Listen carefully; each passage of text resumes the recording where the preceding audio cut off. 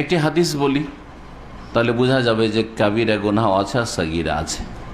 নবী মুহাম্মদ রাসূলুল্লাহ সাল্লাল্লাহু আলাইহি ওয়াসাল্লামের হাদিস সহিহ বুখারী মুসলিমে রয়েছে, as-salawatul khams, 5 ওয়াক্ত নামাজ যারা পড়ে, 5 ওয়াক্ত নামাজ যারা পড়ে, তাহলে কত পড়তে হবে? 5 না? আপনার খেয়াল খুশি, কোনোদিন 5, কোনোদিন 4, হ্যাঁ, কোনোদিন 3, কোনোদিন 2, কোনোদিন পড়লেন না, কখনো ছেড়ে দিলেন, 2-3 দিন ছুটলো, হ্যাঁ, ফজর পড়লেন না, ধরে নিয়েছেন, অভ্যাস ধরে নিয়েছেন যে সারা জীবন 4 পড়বো, আর ফজর পড়লে সূর্য ওঠার পরে পড়বো, ডিউটি যাওয়ার সময় তার আগেখানে একটু পড়ে নেব না। এভাবে নামাজ কবুল হবে না।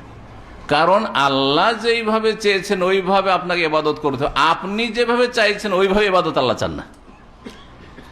আপনার মন যদি চাই যে আমি খুব ধার্মিক ভালো মানুষ, আমি 6 ওয়াক্ত নামাজ পড়বো, তাও আল্লাহ কবুল করবেন না। যখন আল্লাহ বেশিটাও কবুল করবেন না, তো আপনি কম করবেন, ওটাও আল্লাহ কবুল করবেন না। ভালো করে শুনে রাখেন। কারণ আমাদের দেশের মানুষরা মনে করে যে যতটা পড়বো ততটা তো নেকি পাবো। ভুল এখানে, কিন্তু যতটা পড়বো ততটা তো নেকি পাবো। আমি না হয় 5 পড়লাম না, তো 4 পড়লাম, তো 4 তো নেকি পাবো, তো 4 আমার নেকি পাল্লাতে এলো। আর 1 ছাড়লাম, তো 1 আমার গুনার পাল্লাতে এলো, তো নেকির পাল্লা তো ভারী হয়ে গেল। লজিক, যুক্তি দেখছেন না? আউযুবিল্লাহ। এই যুক্তি কেন চলবে না? এই যুক্তি চলবে না, কারণ ইবাদত কার? আল্লাহর। যখন ইবাদত, তো আল্লাহর খেয়াল খুশি, আল্লাহর মর্জি মোতাবেক করবেন, আপনার মর্জি মোতাবেক করবেন? আল্লাহর মর্জি মোতাবেক করতে হবে।